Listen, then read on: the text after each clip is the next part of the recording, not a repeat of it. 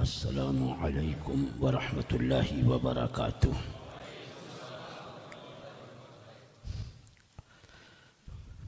نحمده ونصلي ونسلم على حبیبہ الکریم، اما بعد فاعوذ باللہ من الشیطان الرجیم، بسم اللہ الرحمن الرحیم۔ رسول اللہ والذین معه اشداء علی الکفار رحماء بینہم تراہم رکعا سجدا یبتغون فضلا من اللہ ورضوانا۔ صدق اللہ مولانا العظیم وبلغنا رسولہ النبی الامین الکریم، ونحن على ذلك لمن الشاہدین والشاکرین، والحمد للہ رب العالمین۔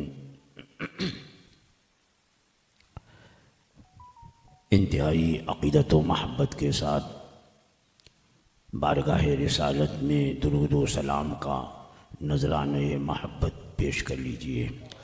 اللہم صلی علی سیدنا و مولانا محمد مادر الجود والکرم وآلہ الکرام وابنہ الکریم وبارک وسلم، صلاۃ و سلام علیکہ یا سیدی یا رسول اللہ صلی اللہ تعالی علیہ وسلم۔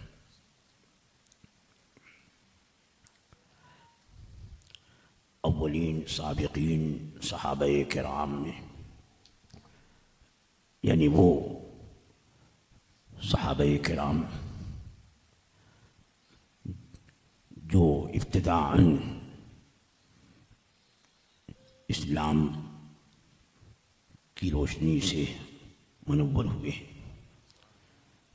ان میں سیدنا صدیق اکبر، سیدنا مولائے کائنات علی مرتضیٰ اور حضرت زید بن حارثہ رضوان اللہ تعالی علیہم اجمعین ایمان لانے والوں اولیت جنہیں حاصل ہے وہ ہیں حضرت سیدنا عثمان غنی ذو النورین رضی اللہ تعالی عنہ۔ ان کا شمار اولین سابقین میں ہوتا ہے، پہلے ایمان لانے والے۔ آپ سے پہلے جو میں نے 3 نام لیے ان کے بارے میں تو یہ ہے کہ یہ سب سے پہلے ایمان لانے والوں میں ہیں، بلکہ سیدنا صدیق اکبر رضی اللہ تعالیٰ عنہ کا سب سے پہلا ایمان لانا یہ جمہور کا مذہب ہے۔ اور اس کے علاوہ بھی روایتیں ہیں، ان میں مولائے کائنات سب سے پہلے ایمان لائے، یا حضرت زید بن حارثہ سب سے پہلے ایمان لائے۔ ہمارے امام اعظم ابو حنیفہ رضی اللہ تعالیٰ عنہ نے ان تینوں روایتوں میں تطبیق دی، تو آپ نے فرمایا کہ سب سے پہلے ایمان لانے والے مردوں میں سیدنا صدیق اکبر ہیں، اور عورتوں میں سب سے پہلے ایمان لانے والی ام المومنین خدیجۃ الکبریٰ ہیں، اور بچوں میں سب سے پہلے ایمان لانے والے حضرت علی مرتضیٰ شیر خدا ہیں، اور غلاموں میں سب سے پہلے ایمان لانے والے حضرت سیدنا زید بن حارثہ ہیں۔ ان کے بعد ایمان لانے والے حضرت سیدنا عثمان غنی رضی اللہ تعالی عنہ، جو حضرت سیدنا صدیق اکبر رضی اللہ تعالی عنہ کی دعوت پر داخل اسلام ہوئے، اور آپ نے اپنی دولت سے اسلام کی بڑی خدمات انجام دی ہیں۔ حضرت سیدنا عثمان غنی رضی اللہ تعالی عنہ یہ تیسرے خلیفہ ہیں، اور پہلے بارہا یہ لگا ہے کہ اس امت میں سب سے افضل، سارے صحابہ میں سب سے افضل سیدنا صدیق اکبر، ان کے بعد سیدنا فاروق اعظم، ان کے بعد سیدنا عثمان غنی، اور ان کے بعد حضرت مولائے کائنات علی مرتضیٰ شیر خدا رضی اللہ تعالی عنہم اجمعین۔ یہ ترتیب ہے افضلیت کی، اور اہل سنت و جماعت کے نزدیک یہی عقیدہ ہے۔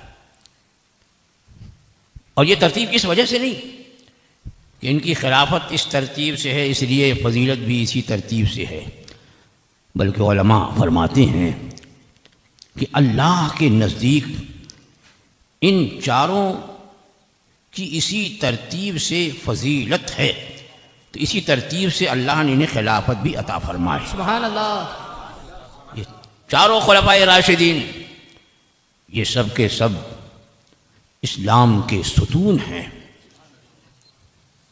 صحابہ کرام رضوان اللہ تعالی علیہم اجمعین کے بارے میں سرور کائنات صلی اللہ تعالی علیہ وسلم نے فرمایا کہ اصحابی کالنجوم فبأیہم اقتدیتم اہتدیتم، میرے صحابہ ستاروں کی طرح سے، ان میں سے جن کی بھی پیروی کرو گے ہدایت پا جاؤ گے۔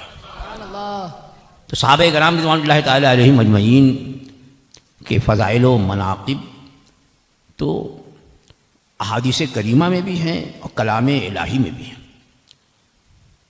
میں نے جس آیت کریمہ کا ابتدائی حصہ تلاوت کیا ہے اس میں صحابہ کرام کے اوصاف ذکر فرمایا، اور ارشاد ہوا محمد الرسول اللہ، محمد صلی اللہ تعالی علیہ وسلم اللہ کے رسول ہیں۔ نام کے ساتھ یہاں ہمارے آقا مولا صلی اللہ تعالی علیہ وسلم کی رسالت کا ذکر ہوا۔ سورہ فتح شریف کی آخری آیت کہ اللہ کے رسول ہیں، اور پھر ان کے بعد صحابہ کا ذکر آتا ہے، والذین معہ، اور جو لوگ ان کے ساتھ ہیں۔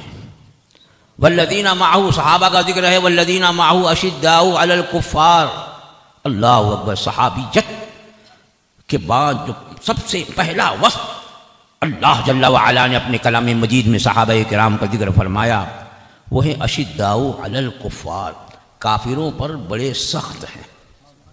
اس سے اندازہ لگائیے کہ جو اللہ اور اللہ کے رسول کے دشمن ہیں، جو ایمان نہیں رکھتے، ان پر سختی کرنا یہ عیب نہیں ہے، ہنر کی بات ہے۔ کہ صحابہ کرام کا جو پہلا وصف صحابیت کے بعد اللہ جل وعلا نے ذکر فرمایا وہ اشداء علی الکفار، پھر اس کے بعد فرمایا رحماء بینہم۔ پہلے کیا اشداء علی الکفار، کافروں پر بہت سخت، اور آپس میں رحماء بینہم، بڑے نرم دل ہیں۔ مسلمان کے لیے بڑا نرم ہے، رحیم ہے، قریب ہے، لیکن دشمنان اسلام کے لیے بہت سخت ہے، کوئی رعایت نہیں۔ رعایت اسے ہے جو اللہ اور اللہ کے رسول کا ہے، اسے کوئی رعایت نہیں جو اللہ اور اللہ کے رسول کا باغی ہو۔ تو اشداء علی الکفار رحماء بینہم۔ اس کے بعد اللہ تعالیٰ نے ان کی عبادت کا ذکر فرمایا، تراہم رکعا سجدا، تم انہیں دیکھو گے بڑا رکوع کرنے والا، سجدہ کرنے والا۔ ان کی نماز کی تعریف ہے، ان کے رکوع کی تعریف ہے، ان کے سجدے کی تعریف ہے۔ وہ عبادت میں مستغرق رہتے ہیں، ایک نماز کے بعد دوسری نماز کے انتظار میں بیٹھے رہتے ہیں۔ کہیں نماز کا وقت آ گیا تو یہ نہیں دیکھا کون سا کام ہے، پہلا کام نماز کا۔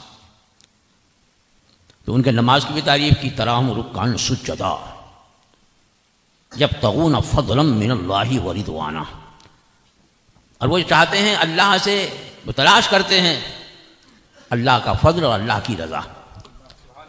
یعنی یہ سارے کام، دشمنان اسلام پہ سختی، اس میں بھی اللہ کی رضا، آپس میں رحیم و کریم، ایک دوسرے کے لیے رحمت ہیں، اس میں بھی اللہ کی رضا چاہتے ہیں۔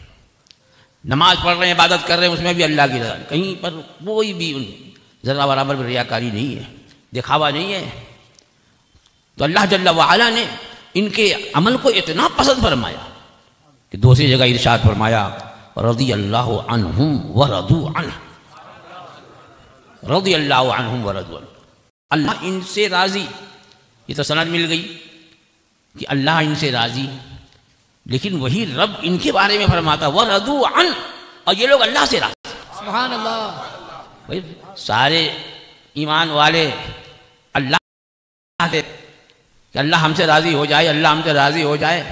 اور اللہ جل وعلا اپنے محبوب کے بارے میں فرماتا ہے رضی اللہ عنہم، ان سب سے اللہ راضی. راضی کہ ورضوا عنہ، یہ بھی اللہ سے راضی. سبحان اللہ. سبحان اللہ. معمولی بات نہیں ہے. تو صحابہ کرام کی تو یہ شان ہے.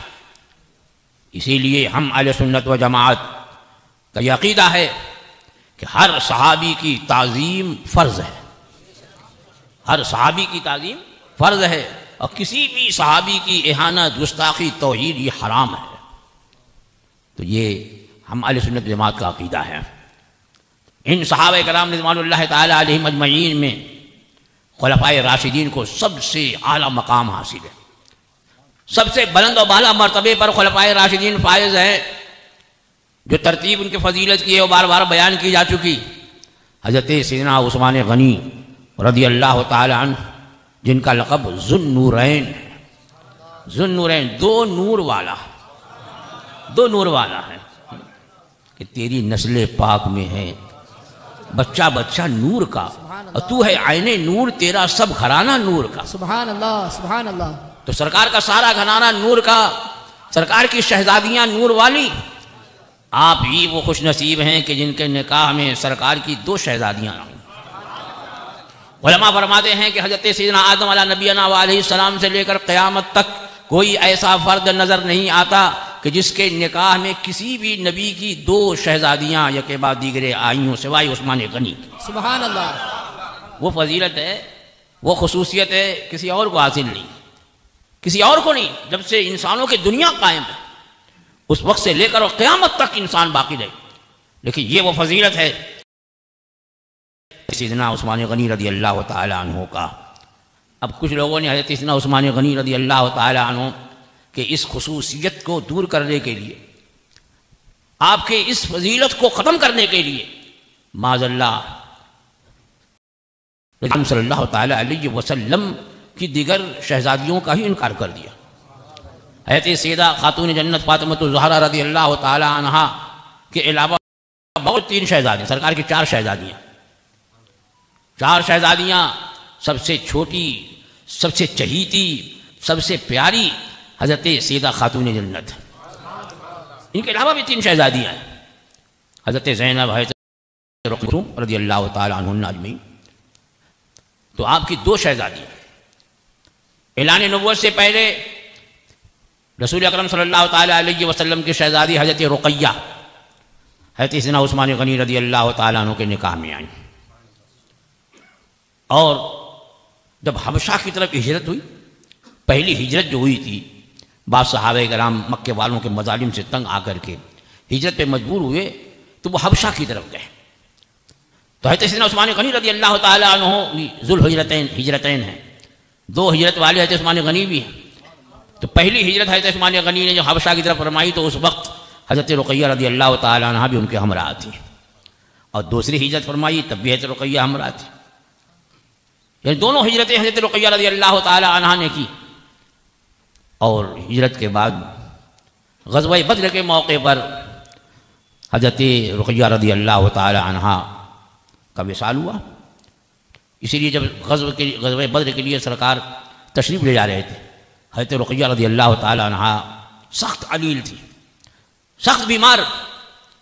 سرور کائنات صلی اللہ تعالیٰ علیہ وسلم نے ان کی عیادت کے لیے، ان کی تیمارداری کے لیے حضرت سیدنا عثمان غنی رضی اللہ تعالیٰ عنہ کو مدینہ طیبہ میں ٹھہرنے کا حکم فرمایا، اور فرمایا کہ تم رقیہ کی عیادت کرو اور بدر والوں کے برابر تمہیں بھی اجر ملے گا. سبحان اللہ.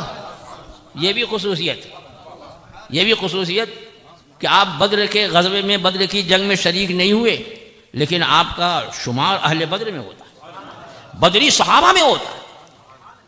کیونکہ میرے آقا صلی اللہ تعالیٰ علیہ وسلم نے بدر میں فتح یابی کے بعد مال غنیمت شرکا میں تقسیم فرمایا. مال غنیمت حق ہوتا ہے جو جنگ میں شریک ہوتے ہیں.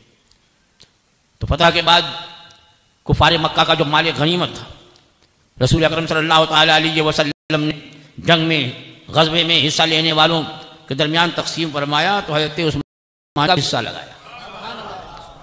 اسی لیے علماء فرماتے کہ حضرت سیدنا عثمان غنی مال غنیمت میں سرکار نے حصہ مقرر فرمایا، اس بات کی دلیل ہے کہ وہ بھی بدری صحابہ ہیں، سبحان اللہ، کیونکہ جو جنگ میں شریک ہوگا اسی کا حصہ مال غنیمت میں ہوتا ہے۔ تو حضرت سیدنا عثمان غنی رضی اللہ تعالیٰ عنہ کا حصہ لگایا، اس لیے ان کا شمار بھی بدری صحابہ میں، اصحاب بدر میں ہوتا ہے۔ بدر میں مسلمانوں کی عظیم فتح کی خوشخبری لے کر جب حضرت زید بن حارثہ رضی اللہ تعالیٰ عنہ مدینہ طیبہ پہنچے، جس وقت پہنچے اس وقت حضرت رقیہ رضی اللہ تعالیٰ عنہ کی تدفین عمل میں آ رہی تھی، آپ کی قبر بنائی جا رہی تھی۔ وصال ہوا غزوہ بدر کے موقع پر۔ حضرت رقیہ رضی اللہ تعالیٰ عنہ کے وصال کے بعد رسول اکرم سید عالم صلی اللہ تعالیٰ علیہ وسلم نے اپنی دوسری شہزادی حضرت ام کلثوم رضی اللہ تعالیٰ عنہ سے حضرت عثمان غنی رضی اللہ تعالیٰ عنہ کا نکاح فرما دیا، دوسری شہزادی کا نکاح فرمایا۔ سن 9 ہجری میں حضرت ام کلثوم رضی اللہ تعالیٰ عنہ کا بھی وصال ہوا۔ سن 9 ہجری میں اس موقع پر رسول اکرم صلی اللہ تعالیٰ علیہ وسلم نے ارشاد فرمایا کہ عثمان اگر میری اور بیٹیاں ہوتی تو تمہارے نکاح میں دے دیتا۔ سبحان اللہ، سبحان اللہ، کیا مقام مرتبہ! یہ خصوصیت کہ 2 شہزادیاں یکے بعد دیگرے آپ کے نکاح میں آئیں، یہ تو ہے ہی ہے۔ اور پھر بھی سرکار فرماتے ہیں اگر میری اور بیٹیاں ہوتی عثمان تمہارے نکاح میں دے دیتا۔ سبحان اللہ، بلکہ تاریخ الخلفاء میں حضرت مولائے کائنات علی مرتضیٰ شیر خدا کرم اللہ تعالیٰ وجہہ الکریم سے یہ روایت موجود ہے۔ حضرت علی رضی اللہ تعالیٰ عنہ اس کے راوی ہیں، وہ فرماتے ہیں کہ جب حضرت ام کلثوم کا وصال ہو گیا تو رسول اکرم صلی اللہ تعالیٰ علیہ وسلم نے حضرت عثمان غنی سے ارشاد فرمایا کہ عثمان اگر میری 40 بیٹیاں ہوتی تو یکے بعد دیگرے تمہارے نکاح میں دے دیتا۔ سبحان اللہ، سبحان اللہ، اللہ اکبر!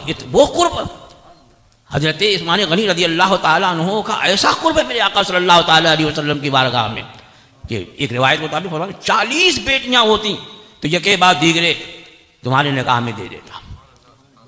تو حضرت سیدنا عثمان غنی رضی اللہ تعالیٰ عنہ کو یہ جو خصوصیت حاصل ہے کہ آپ کے نکاح میں سرکار کی 2 شہزادیاں آئیں، یہ جب سے انسانوں کی دنیا قائم اس وقت سے کوئی ایسا فرد آپ کے علاوہ نظر نہیں آتا ہے کہ کسی بھی فرد کے نکاح میں، کسی بھی شخص کے نکاح میں کسی بھی نبی کی 2 صاحبزادیاں آئی ہوں سوائے حضرت عثمان غنی کے۔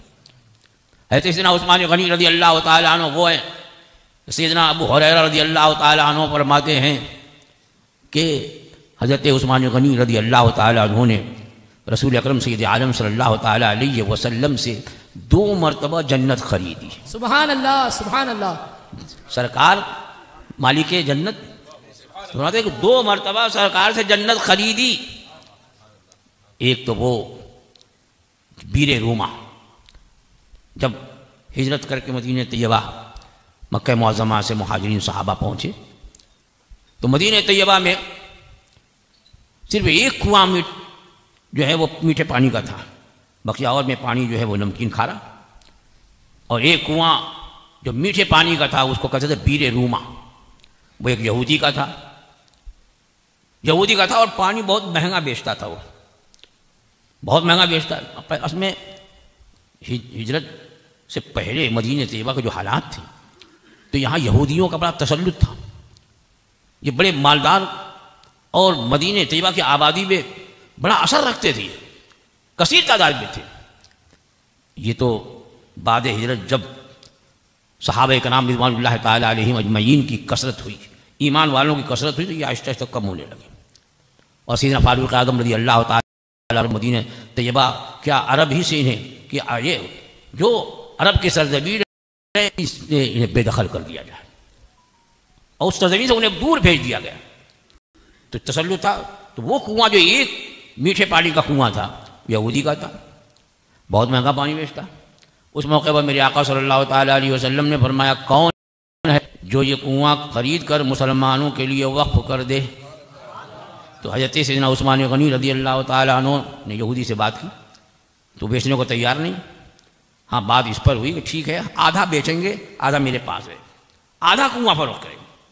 تو طے ہوا کہ آدھا کنواں وہی 12,000 درہم میں، درہم جو چاندی کا سکہ ہوتا ہے، 12,000 درہم آج کے لاکھوں ہو گئے، 12,000 درہم میں وہ آدھا کنواں بیچ رہا ہے۔ تو آدھا کیسے ہوگا؟ کہا کہ ایک دن جو ہے وہ تمہارے لوگ بھریں، ایک دن میں پانی بیچوں گا، تو ٹھیک ہو گیا۔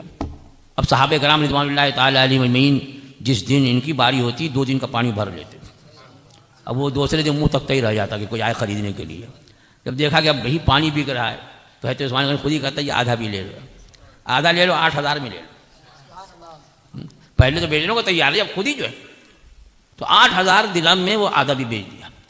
پورا کنواں بیر روما حضرت سیدنا عثمان غنی رضی اللہ تعالی عنہ نے فی سبیل اللہ وقف کر دیا مسلمان، سبحان اللہ سبحان پورا اللہ۔ بیر روما۔ اب آج کی تاریخ میں اسی کو بیر عثمان کہتے، بیر عثمان بھائی مدینہ طیبہ کے آبادی سے کچھ دور پر ایک باغ میں ہے۔ اب تک تو بڑی پابندی تھی، لیکن اب جو ہے حکومت آہستہ آہستہ جتنے بھی پرانے بیر ہیں وہ ایک ایک کر کے انہیں کھولا جا رہا ہے، اس میں بھی بیر روما بھی ہے۔ اب اس کا پانی بھی ملنے لگا لوگوں کے لیے، بیر روما کا پانی بھی بیر عثمان کہا جاتا ہے اسے۔ تو حضرت سیدنا عثمان غنی رضی اللہ تعالیٰ عنہ نے رسول اکرم صلی اللہ تعالیٰ علیہ وسلم کے ارشاد گرامی پر بیر روما خریدا اور خرید کر مسلمانوں کے وقف کر دیا آپ نے، ایک وہ۔ اور دوسرا موقع جب آپ نے رسول اللہ صلی اللہ تعالی وسلم سے جنت خریدی وہ جیش اسرت کے موقع پر مدینہ طیبہ میں بہت زیادہ قحط پڑا ہوا تھا، بڑی تنگدستی کا عالم تھا۔ بعض صحابہ درختوں کے پتے چبا چبا کر کے دن گزارتے تھے، ایسا موقع تھا۔ اب ایسے موقع پر جنگ کی تیاری، رسول اکرم صلی اللہ تعالیٰ علیہ وسلم نے صحابہ کرام رضوان اللہ تعالیٰ علیہم اجمعین کو جنگ کے لیے مدد کرنے کی رغبت دلائی۔ سرکار ترغیب دلا رہے صحابہ کو کہ جنگ کی تیاری میں حصہ لو۔ جو سرکار ترغیب دلا رہے تو حضرت سیدنا عثمان غنی رضی اللہ تعالیٰ عنہ کھڑے ہوئے اور عرض کی یا رسول اللہ صلی اللہ تعالیٰ علیہ وسلم 100 اونٹ مع پالان اور سامان کے میں نے دیا۔ سبحان اللہ۔ ایک اونٹ پہ پورا خاندان لگ جاتا ہے، کیا کہ 100 اونٹ سامان کے ساتھ، پالان تو اس پہ ہوتا ہے جس بیٹھنے وغیرہ کے لیے، پالان اور سامان کے ساتھ 100 اونٹ دیا۔ پھر اس کا میرے آقا صلی اللہ تعالیٰ علیہ وسلم نے صحابہ کرام کو رغبت دلائی کہ جیسے اسرت میں حصہ لیں، مدد کریں۔ پھر کھڑے ہوئے اور عرض کرتے ہیں یا رسول اللہ صلی اللہ تعالیٰ علیہ وسلم مزید 100 اونٹ سامان کے ساتھ دیا۔ سبحان اللہ۔ اس کے بعد پھر صحابہ کرام رضوان اللہ تعالیٰ علیہ اجمعین کو سرکار جوش دلا رہے ہیں کہ جنگ کی تیاری میں حصہ لو، سرکار جوش دلا رہے ہیں، رغبت دلا رہے ہیں۔ پھر کھڑے ہوئے عرض کرتے ہیں سرکار 300 اونٹ سامان کے ساتھ اللہ کے راہ میں دیا۔ سبحان اللہ۔ اب راوی کہتے ہیں سرکار ممبر شریف سے نیچے اترتے جا رہے ہیں اور فرماتے جا رہے ہیں ما علی عثمان بعد ھذا، اب کچھ نہیں ہے عثمان پر، اس کے بعد اگر وہ کوئی نفل کام نہ کرے تو بھی ان کے درجات کی بلندی کے لیے یہی کافی۔ سبحان اللہ۔ نعرہ تکبیر، نعرہ رسالت، فضائل صحابہ کرام، شان عثمان غنی۔ یہی تو واقعہ جس کے بارے میں حضرت سیدنا ابو ہریرہ رضی اللہ تعالیٰ عنہ فرماتے ہیں کہ حضرت سیدنا عثمان غنی رضی اللہ تعالیٰ عنہ نے 2 مرتبہ رسول اکرم صلی اللہ تعالیٰ علیہ وسلم سے جنت خریدی۔ سبحان اللہ۔ اور بارہا سرکار نے ان چند صحابہ کو جنت کی بشارت بھی دی۔ ایک بشارت تو وہی ہے کہ آپ عشرہ مبشرہ میں سے، عشرہ مبشرہ یعنی 10 صحابہ کی جماعت جن میں چاروں خلفائے راشدین بھی ہیں، 10 صحابہ جنہیں عشرہ مبشرہ کہا جاتا ہے، وہ 10 جن کو جنت کا مژدہ ملا، اس مبارک جماعت پہ لاکھوں سلام۔ سبحان اللہ۔ ان میں بھی حضرت سیدنا عثمان غنی ہے۔ اس کے علاوہ خود بخاری شریف اور مسلم شریف کی روایت ہے، حضرت سیدنا ابو موسیٰ اشعری رضی اللہ تعالی عنہ فرماتے ہیں کہ مدینہ طیبہ کے ایک باغ میں رسول اکرم صلی اللہ تعالی علیہ وسلم کی خدمت میں حاضر تھا کہ اتنے میں کسی نے باغ کا دروازہ کھٹکھٹایا۔ رسول اکرم صلی اللہ تعالی علیہ وسلم نے فرمایا افتح لہ وبشرہ بالجنہ، جاؤ آنے والے کے لیے دروازہ کھول دو اور اس کو جنت کی خوشخبری دے دو۔ سرکار دیکھ رہے ہیں آپ اور کون آ رہا ہے اور کون جنت پا رہا ہے، کیا کہا؟ ایک ہی جملے فرمایا جاؤ دروازہ کھولو اور جنت کی بشارت دے دو۔ حضرت ابو موسیٰ شریف فرماتے ہیں گیا، میں نے دروازہ کھولا، دیکھا سیدنا ابوبکر صدیق ہے، وہ اندر تشریف لائے، میں نے دروازہ بند کیا اور رسول اکرم صلی اللہ تعالی علیہ وسلم کا حکم انہیں سنایا۔ وہ مسرور ہوئے، اللہ کا شکر ادا کیا، اس کی حمد کی، اس کی ثنا کی اور آ کر حضور کی بارگاہ میں بیٹھ گئے۔ پھر کسی نے دروازہ کھٹکھٹایا، سرکار نے فرمایا افتح لہ وبشرہ بالجنہ، آنے والے کے لیے دروازہ کھول دو اور اسے بھی جنت کی بشارت دے دو۔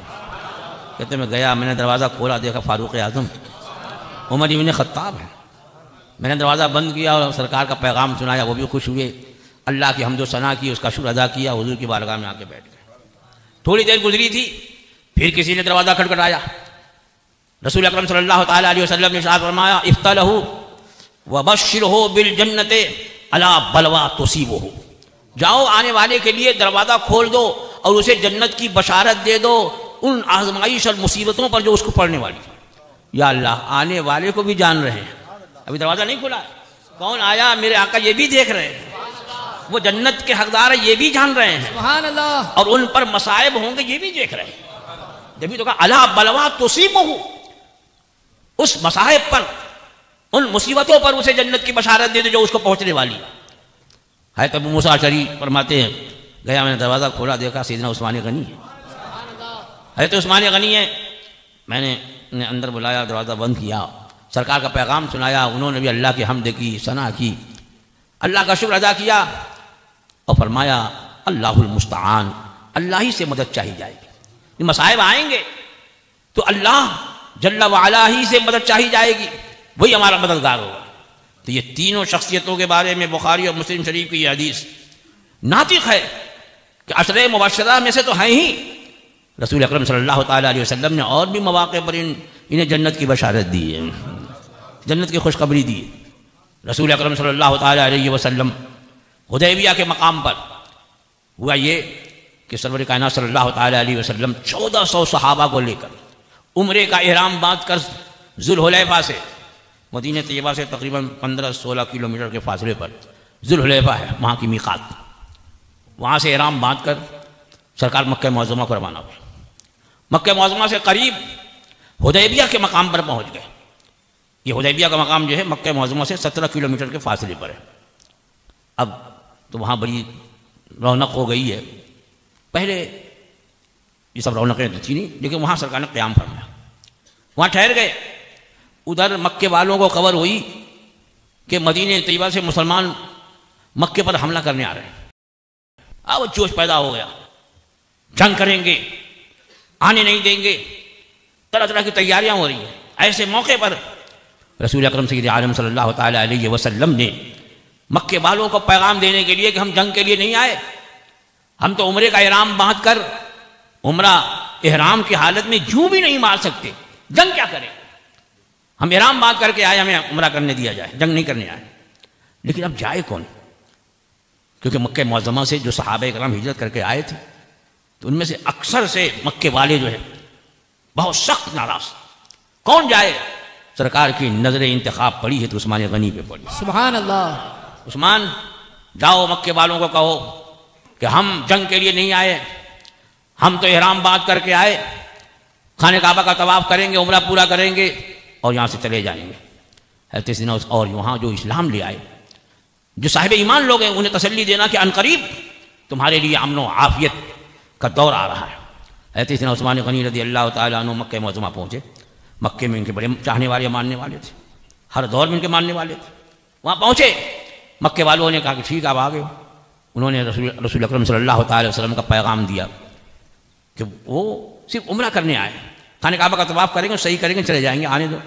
لیکن مکے والے کہنے ہم لوگ نہیں آنے دیں گے، ہم لوگ نہیں آنے دیں گے، انہیں طواف نہیں کرنے دیں گے۔ ہاں عثمان تم آ گئے ہو تو ہم تمہیں اجازت دیتے ہیں کہ تم خانہ کعبہ کا طواف کر لو۔ حضرت سیدنا عثمان غنی رضی اللہ تعالیٰ عنہ نے فرمایا میں طواف کر لوں اور میرے آقا آ کر طواف نہ کریں؟ قسم خدا کی کئی سال یہاں رہ جاؤں گا لیکن جب تک حضور طواف نہیں کریں گے عثمان بھی طواف نہیں کریں گے۔ دیکھو عشق، دیکھو طواف، خانہ کعبہ کا طواف مثل نماز ہے، سرکار فرماتے ہیں طواف مثل نماز ہے۔ اسی لیے کوئی نماز پڑھ رہا ہے تو طواف کرتے ہوئے اس کے آگے سے گزر سکتے ہیں۔ تو سرکار فرماتے ہیں کہ طواف مثل نماز، فرق یہ ہے کہ نماز میں کلام نہیں اور طواف میں کلام کر سکتے ہیں ضرورت کے وقت۔ یہ طواف کرتے وقت ضروری مسئلہ کوئی پوچھے تو بتا سکتے ہیں، یہ نہیں کہ آج کی طرح سے ویڈیو بنا سکتے ہیں اور وہیں سے جو ہے وہ پورا طواف جو ہے وہ نشر کر رہے ہیں، لائیو پروگرام بھیج رہے ہیں کہ ہم لوگ اس وقت طواف کر رہے ہیں۔ بڑی بات کہ جو لوگ نہیں آئے وہ آ جائیں گے اس معاذ اللہ رب العالمین۔ بہرحال تو حضرت سیدنا عثمان غنی رضی اللہ تعالیٰ عنہ کا عشق دیکھو کہ خانہ کعبہ سامنے اور احرام کی حالت میں مکے والے اجازت دے رہے ہیں کہ طواف کر لو، لیکن آپ نے وہ طواف جو باہر والوں کے لیے افضل ترین عبادت، اور عبادتیں تو کہیں بھی ہو سکتی ہے، روزہ کہیں بھی رکھا جا سکتا ہے، نماز کہیں بھی پڑھی جا سکتی ہے، صدقات و خیرات بھی کہیں بھی دیے جا سکتے ہیں، لیکن طواف خاص خانہ کعبہ کے ارد گرد ہی ہوگا۔ تو باہر والوں کے لیے یہ افضل ترین عبادت ہے خانہ کعبہ کا طواف۔ اس کے باوجود بھی سیدنا عثمان غنی رضی اللہ تعالیٰ عنہ نے فرمایا کہ جب تک کہ آپ طواف نہیں فرمائیں گے عثمان بھی طواف نہیں کرے گا۔ بات بڑھ گئی اور مکہ میں عثمان غنی رضی اللہ تعالیٰ عنہ کو روک لیا، ہم بول رہے ہیں کہ طواف کرو نہیں کرو گے تو ہم تم کو بھی نہیں جانے دیں گے، روک لیا۔ جہالت تو تھی، اب وہاں سے روک لیا، اور یہاں کے مقام پر صحابہ کرام میں یہ افواہ اڑ گئی کہ مکے والوں نے حضرت عثمان غنی کو شہید کر دیا۔ اب کیا حال ہوگا؟ 1400 صحابہ ہیں، 313 تھے تو مکے والوں کو کھیت کر دیا تھا بدر کے میدان میں، یہاں 1400 صحابہ، سبحان اللہ، جوش۔ اب تو خون کا بدلہ خون لیں گے، ہم ایسے نہیں جانے والے ہیں۔ ایسے موقع پر رسول اکرم سید عالم صلی اللہ تعالیٰ علیہ وسلم نے ایک درخت کے نیچے صحابہ کرام سے بیعت لی تھی، اسی کو بیعت رضوان کہتے ہیں۔ یہی بیعت رضوان ہے جس کا ذکر قرآن مجید کی سورہ فتح میں ہے، بڑی شان سے اس بیعت کا ذکر فرمایا اللہ جل وعلا نے کہ ان الذین یبایعونک انما یبایعون اللہ۔ کیا فرماتا اللہ، کیا فرماتا ہے؟ ان الذین یبایعونک، بے شک جو لوگ اے محبوب تم سے بیعت کر رہے ہیں، ان الذین انما یبایعون اللہ، بے شک وہ لوگ اللہ سے بیعت کر رہے ہیں۔ سبحان اللہ، قرآن فرما رہا ہے سورہ فتح میں، اعلان کر رہا ہے ان الذین یبایعونک انما یبایعون اللہ ید اللہ فوق ایدیہم، اللہ کا دست قدرت ان کے ہاتھوں پر ہے۔ سبحان اللہ، قرآن فرما ید اللہ فوق ایدیہم، ہم کا مرجع وہی صحابہ کرام، ان کے ہاتھوں پر اللہ کا دست قدرت۔ دیکھنے میں تو ہاتھ مصطفیٰ کا ہے، بیعت ہو رہی ہے تو صحابہ کرام کے ہاتھ پر کس کا ہاتھ ہے؟ رسول اکرم صلی اللہ تعالیٰ علیہ وسلم کا۔ لیکن رب مصطفیٰ پیارے صلی اللہ تعالیٰ علیہ وسلم کہ اس دستے مبارک کے بارے میں فرماتا ہے ید اللہ فوق ایدیہم، ان پر، ان کے ہاتھوں پر اللہ کا دست قدرت۔ سبحان اللہ، نعرہ تکبیر، نعرہ رسالت، فضائل صحابہ کرام، ذکر شہداء کربلا۔ اب یہ بیعت ہو رہی 1400 صحابہ کرام سے اس درخت کے نیچے بیعت رضوان، سرکار نے بیعت لی۔ جب سب لوگوں نے بیعت لے لی، سارے صحابہ جو وہاں موجود تھے سب نے سرکار کے دست پاک پر بیعت کر لی۔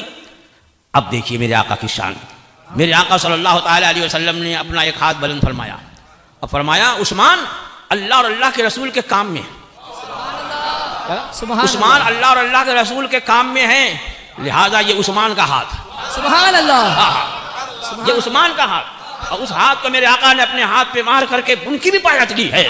گویا اعلان کیا جا رہا ہے کہ حضرت عثمان غنی کے بارے میں جو افواہ ہے کہ شہید کر دیے گئے ہیں یہ غلط ہے، مصطفیٰ دیکھ رہے ہیں کہ بحیات ہے۔ سبحان اللہ، نعرہ رسالت، نعرہ رسالت، شان عثمان غنی۔ بیعت کس کی لی جاتی ہے؟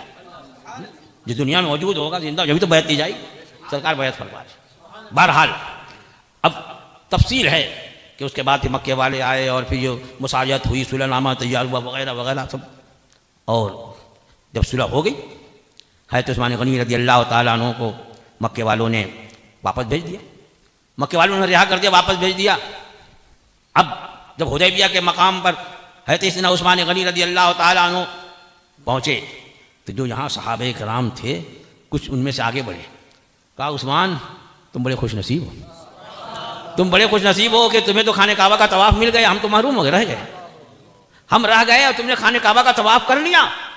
حضرت عثمان غنی نے فرمایا میرے بارے میں یہ بدگمانی کیسے، میرے بارے میں بدگمانی کیسے؟ اللہ ہو، طواف کرنے کو کہہ رہے ہیں تو بدگمانی فرمانا، میرے بارے میں یہ بدگمانی کیسے کہ میں نے طواف کر لیا؟ قسم خدا کی اگر برسوں مکے میں رہ جاتا لیکن طواف ہرگز نہ کرتا جب تک کہ مصطفیٰ آ کر طواف۔ سبحان اللہ، سبحان اللہ، یہ عشق ہے، یہ محبت ہے۔ صحابہ کرام رضوان اللہ تعالیٰ علیہ اجمعین نے مصطفیٰ پیارے صلی اللہ تعالیٰ علیہ وسلم کی تعظیم پر ہمیشہ عبادت پر سرکار کی تعظیم کو ترجیح۔ طواف نہیں کیا، اپنی تعظیم کے خلاف سمجھا کہ سرکار نہ کرے میں کر لوں، تعظیم کے خلاف سمجھا۔ لیکن حضرت عثمان غنی نے آگے کہا کیسے تم بدگمان ہو گئے؟ میں برسوں رہ جاتا تو طواف نہ کرتا جب تک کہ حضور آ کے طواف نہیں کرتے، لہذا میں بھی بغیر طواف کے ہوں۔ اور آپ جب سب لوگوں نے احرام کھولا تو آپ نے بھی بغیر عمرہ کیے احرام کھول دیا، جانور ذبح کر دیا۔ تو بتانا یہ ہے کہ حضرت سیدنا عثمان غنی رضی اللہ تعالی عنہ میرے آقا صلی اللہ تعالی علیہ وسلم سے کتنا قرب رکھتے ہیں، کتنا قرب ہے کہ سرکار دو عالم صلی اللہ تعالی علیہ وسلم نے بار بار فرمایا عثمان اللہ تعالیٰ تمہیں ایک حلہ پہنائے گا، ایک حلہ یعنی جوڑا پتہ حلہ پہنائے گا، لوگ اسے اتارنا چاہیں گے لیکن تم اتارنا مت۔ اس کی تعبیر یہ کی گئی کہ تمہیں خلافت دی جائے گی اور لوگ خلافت سے تمہیں ہٹانا چاہیں گے لیکن ہٹنا مت۔ یہی وجہ ہے کہ جب آپ کو کہ پلوائیوں نے آپ کی کاشان اقدس کو گھیر لیا، آپ کا دور خلافت ہے 12 سال میں سے 6 سال تو ایسا دور گزرا ہے آپ کی خلافت کا کہ لوگ حضرت سیدنا فاروق اعظم رضی اللہ تعالی عنہ کے دور خلافت پر اس دور خلافت کو ترجیح دینے لگے۔ ایسا امن و امان، ایسے فتوحات کا دور، لیکن اس کے بعد پھر کچھ ایسے معاملات ہو گئے، اس طرح سے آپ کے خلاف بدگمانیاں پھیلائی گئیں اور سبائیوں نے، حقیقت میں وہ یہودی تھے لیکن مسلمان کہلانے کے لیے کلمہ پڑھ لیا تھا، انہی کے ذریعے سارے فتنے ہو رہے تھے۔ تو یہ مروان چونکہ آپ کا رشتہ دار لگتا تھا اور وہ اندرونی طور پر دلی طور پر بڑا ہی فتنہ پرور انسان تھا، اس کی کچھ ریشہ دمانیوں کی وجہ سے لوگ حضرت سیدنا عثمان غنی رضی اللہ تعالیٰ عنہ سے بدگمان ہوئے اور پھر بلوائیوں نے آپ کے کاشان مبارک کو ہر طرف سے گھیر لیا۔ اس وقت آپ امیر المومنین ہیں، آپ خلیفۃ المسلمین ہیں، آپ کے قبضے میں اسلامی فوج ہے، اگر آپ حکم دیتے فوج کو حکم دے دیتے تو یہ جو بلوائی چند آ کے آپ کے مکان کو گھیرے ہوئے ہیں ان کی تکابوٹی ہو جاتی۔ لیکن جب لوگوں نے مشورہ کیا، بعض صحابہ آئے کہ آپ فوج کو حکم دے دیں کہ انہیں قتل کرے۔ کتنے مروت والے تھے۔ آپ نے فرمایا میں اپنی خاطر مسلمانوں میں خوریزی کو پسند نہیں کرتا۔ پھر لوگوں نے کہا کہ ٹھیک ہے، مدینہ طیبہ کی آبادی کم ہے، آپ مدینہ طیبہ سے مکہ معظمہ چلے جائیے، وہاں حفاظت ہو جائے گی، بڑا شہر ہے۔ اللہ کیسا جذبہ عشق تھا۔ آپ نے فرمایا قسم خدا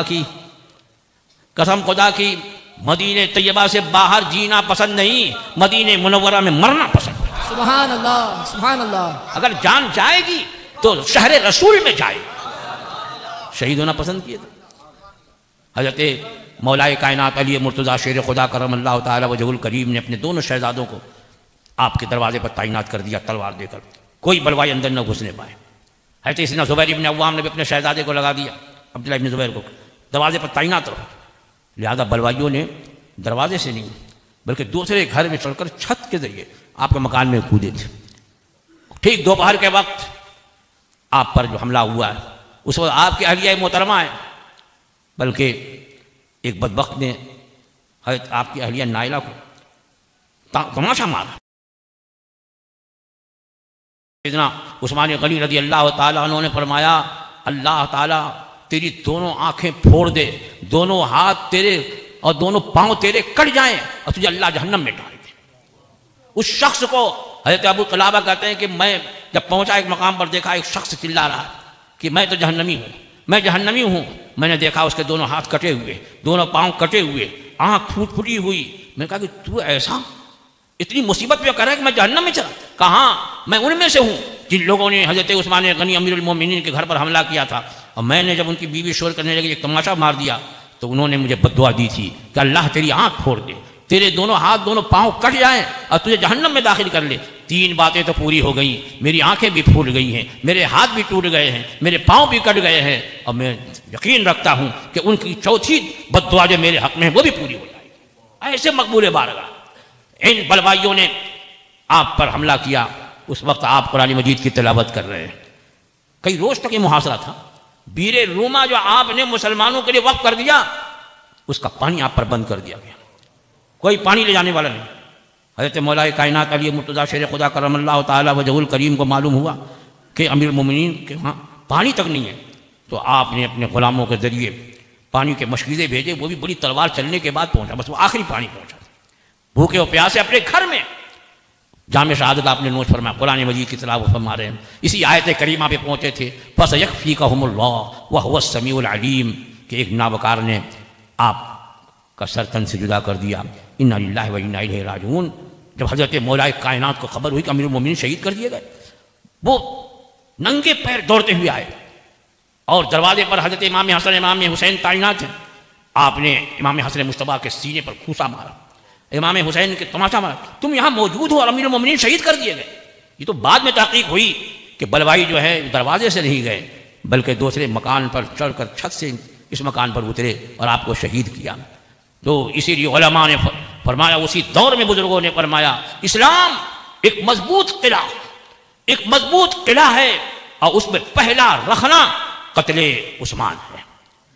رخنا سوراخ جو ہے، مضبوط قلعہ کہیں سوراخ نہیں تھا، لیکن اسلام میں پہلا سوراخ جو ہوا ہے وہ حضرت سیدنا عثمان غنی رضی اللہ تعالیٰ عنہ کا قتل ہے، آپ کی شہادت ہے۔ آپ کی شہادت ذی الحجہ میں ہوئی، روایتیں مختلف ہیں، بعض نے کہا کہ ایام تشریق میں کسی دن میں یا 18 ذی الحجہ کو۔ بہرحال حضرت سیدنا عثمان غنی رضی اللہ تعالیٰ عنہ نے جام شہادت نوش فرمایا، لیکن شہر رسول چھوڑا نہیں۔ سرکار نے فرمایا کہ تمہیں کھلا پہنایا جائے گا، اتارنا مطلب اتاریں، یعنی یہ خلافت ہے، آپ نے خلافت کی حفاظت بھی فرمائی، شہر رسول میں شہادت پائی، شہر رسول سے باہر جا کر جان بچانا آپ نے پسند نہیں فرمایا۔ اللہ تعالیٰ حضرت سیدنا عثمان غنی رضی اللہ تعالیٰ عنہ کے اس فیوض و برکات سے اب تمام لوگوں کو مالا مال فرمائے۔ پروردگارہ ان کے عشق سے ہمارے اندر بھی جذبہ عشق عطا فرما، ان کی محبت سے ہمیں بھی کچھ حصہ عطا فرما۔ پروردگارہ اسلام کے لیے ان کی جو قربانیاں ہیں، ان کا جو ایثار ہے، اس کا کچھ حصہ ہمیں بھی عطا فرما۔ وآخر دعوانا الحمدللہ رب العالمین۔ یا نبی